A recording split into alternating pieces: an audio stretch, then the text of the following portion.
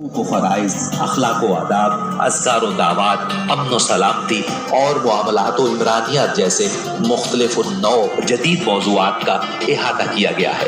اسی طرح صدیوں سے وارد شدہ اشکال کا ازالہ کرتے ہوئے آپ نے سیدنا علی کرم اللہ وجہہ الکریم کی مرویات پر مشتمل کتاب مسند الامام علی علیہ السلام ترتیب دی ہے، جس میں کم و بیش 12,000 مرفوع روایات کو شامل کیا گیا ہے، اور پھر عربی زبان ہی میں آپ کی نادر و ضخیم شرح صحیح البخاری عصر حاضر کے تقاضوں کے مطابق تالیف کردہ ہدی الباری 25 جلدوں پر مشتمل ہے۔ حضرت شیخ الاسلام نے خدمت قرآن کا ایک عظیم باب مکمل کرتے ہوئے عربی زبان میں 42 جلدوں پر مشتمل تفسیر القرآن لکھی ہے۔ 2 جلدوں پر مشتمل مفصل مقدمہ الفتح الکبیر علم التفسیر میں ایک عظیم اور نادر و منفرد کاوش ہے۔ آپ کی 25 جلدوں پر مشتمل عربی زبان میں جامع تفسیر فواتح البیان اپنے اندر ہمہ جہت تفسیری نکات سموئے ہوئے ہے۔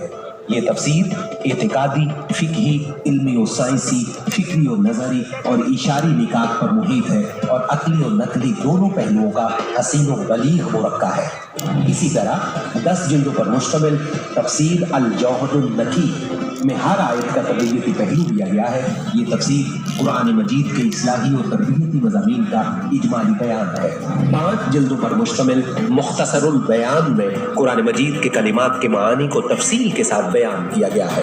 علاوہ ازیں شیخ الاسلام کا مختلف اعتقادی، فکری و نظریاتی اور جدید موضوعات پر مشتمل عربی زبان میں 30 جلدوں کا عظیم